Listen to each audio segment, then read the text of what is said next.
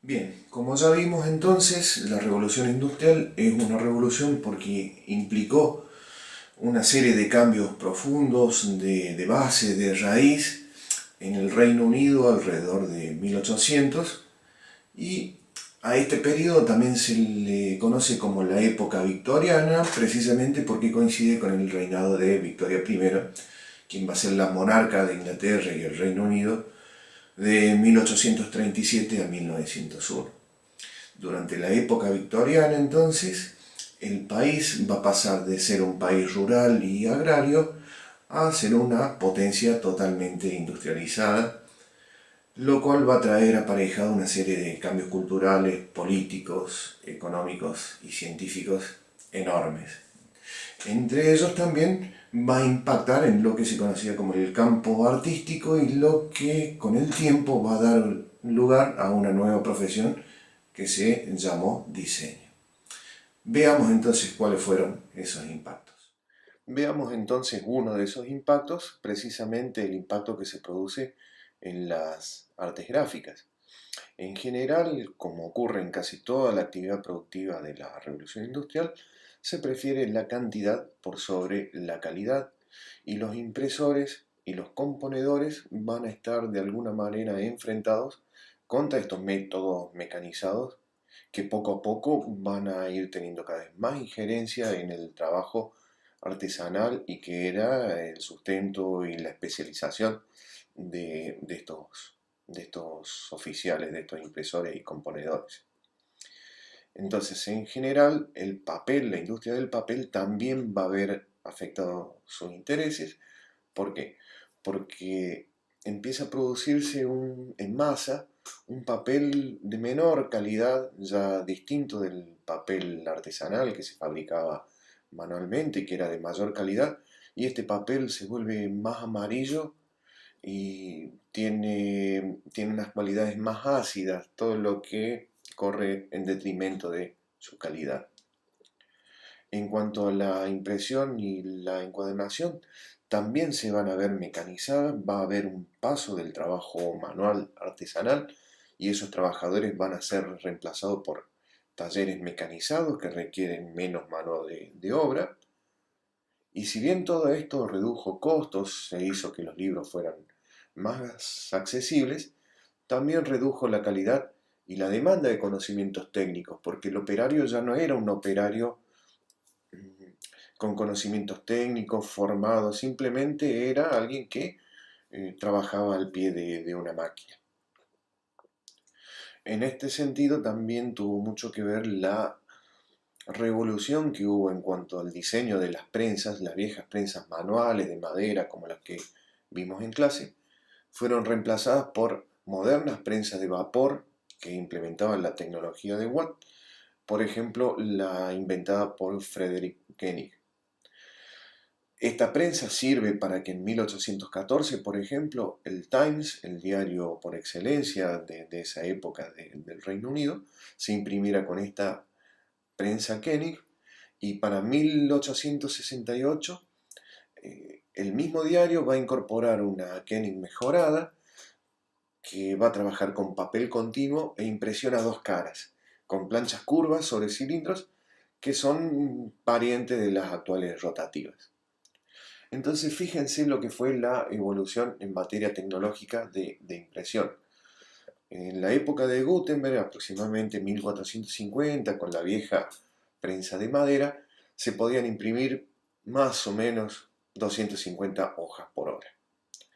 Ya para el 1800, con la revolución industrial mediante y la aparición de la prensa Stanhope, que ya era completamente de metal, se podía imprimir casi el doble, 400 hojas por hora.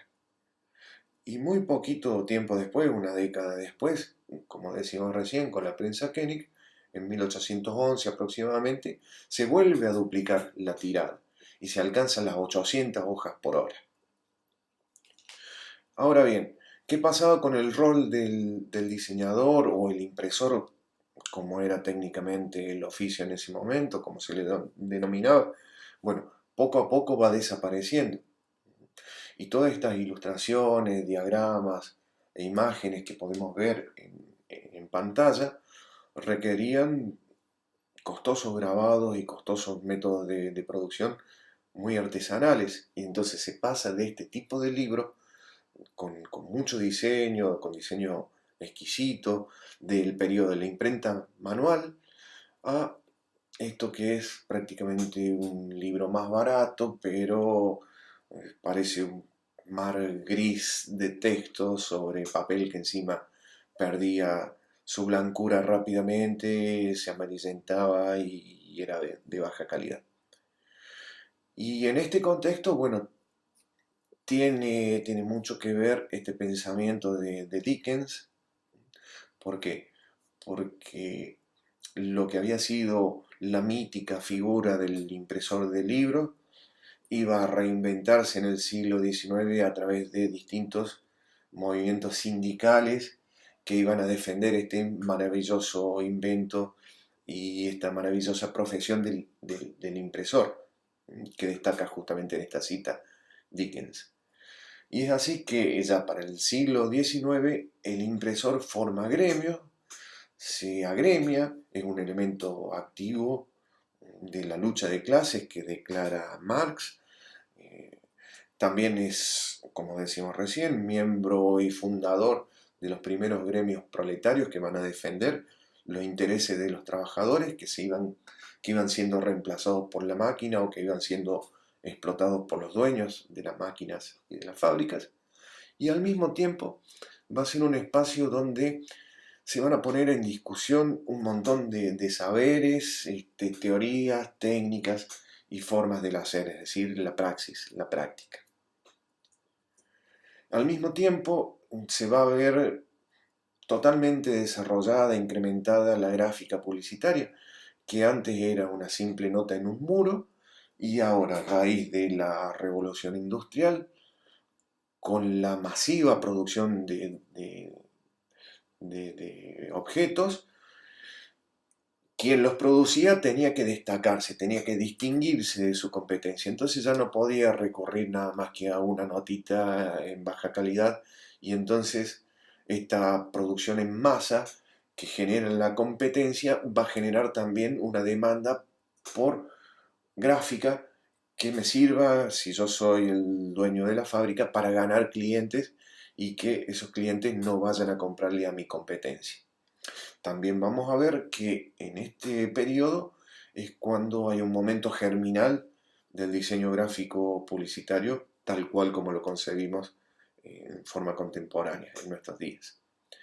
Y para todo esto, bueno, se inventó un proceso que fue el proceso litográfico, y que también trabajaba eventualmente con tipos de madera que abarataban la producción con respecto a los tipos de plomo.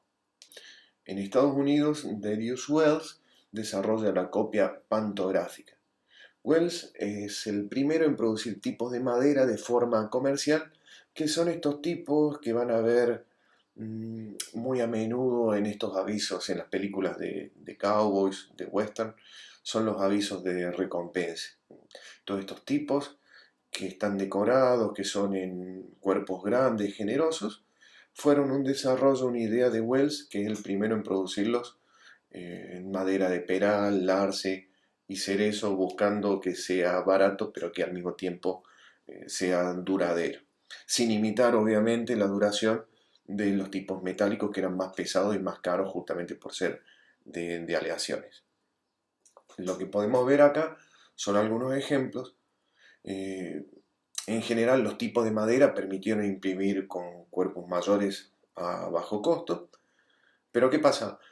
Del refinado arte tipográfico que estaba destinado a crear belleza de Gutenberg en adelante, se pasó a tratar de vender algo lo más barato y rápido posible, y entonces teníamos este estilo que es el que se ve a la izquierda en este afiche que parece una mezcolanza tipográfica.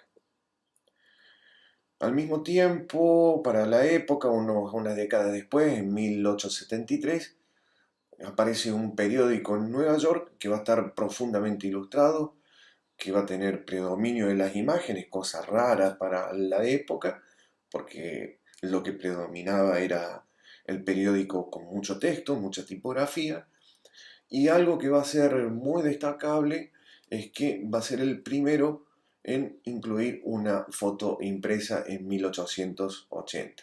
Es una escena de un barrio de Nueva York. Fíjense en la foto entonces que lo que pudimos ver en términos gráficos se aplicó también a otras ramas del arte, tales como el diseño de muebles, la arquitectura y la cerámica. Esas expresiones, esas manifestaciones artísticas también bajaron sus estándares de calidad en nombre de la ganancia. Fíjense incluso que en general el objetivo no era crear algo duradero como lo que pretendía un diseñador o un artesano, sino que ya se estaba hablando de, en cierta manera, una obsolescencia programada, una obsolescencia incorporada. Eso venía con una fecha de vencimiento, no era un producto que durara demasiado.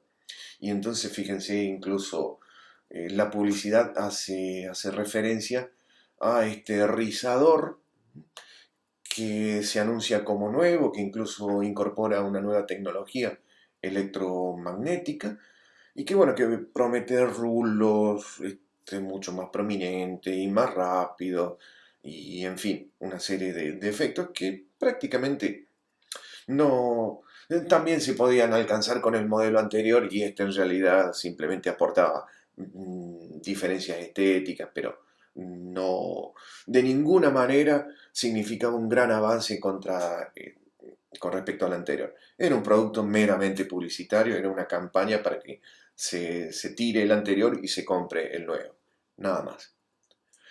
Frente a estos productos industriales y sus consecuencias, parte del mundo va a decir que no, en particular parte del mundo integrado por diseñadores, artistas y artesanos. Esta gente va a reaccionar frente a los productos industriales y frente a sus consecuencias también, van a decir simplemente no, van a tener una postura de rechazo.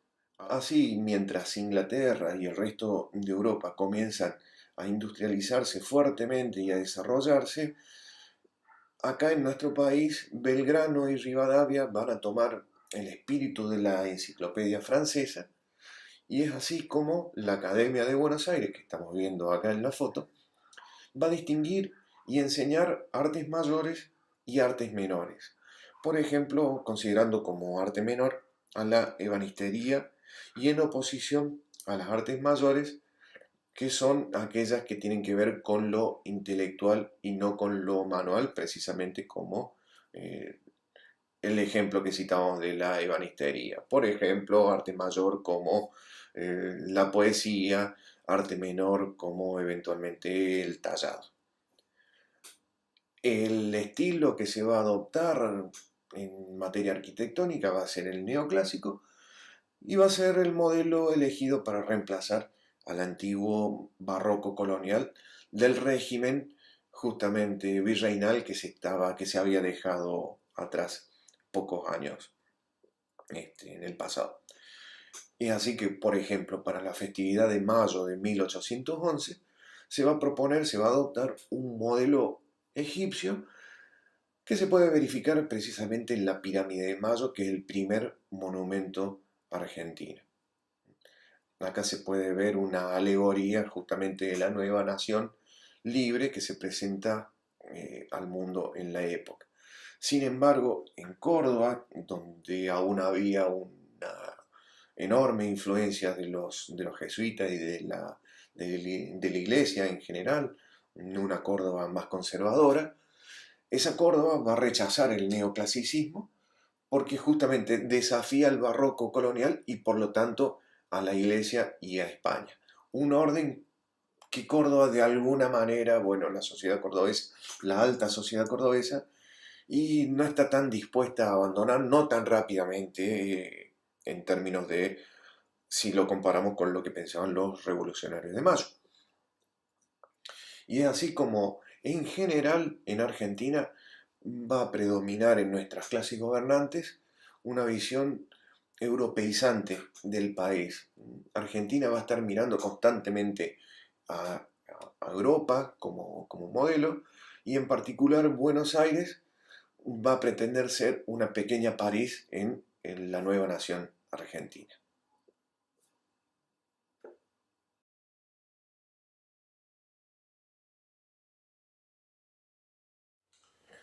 Bueno, como toda revolución, tuvo también sus críticos y disidentes. Esas críticas apuntaban más que nada al impacto que tuvo la revolución a nivel social, político, sanitario, económico y también artístico. Ahora bien, vamos a hacer la tarea y lo vamos a hacer en base justamente a estas críticas. Entonces, lo primero que tienen que hacer es formar grupos de discusión de 3 o 4 integrantes, no más que eso.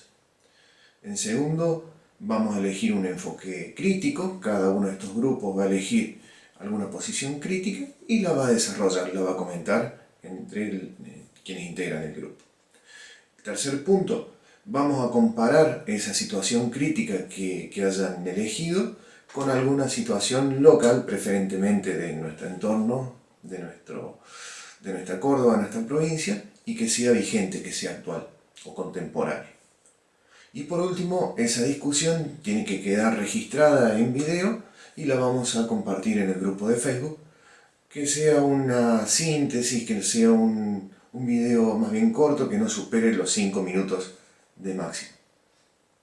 ¿Vamos?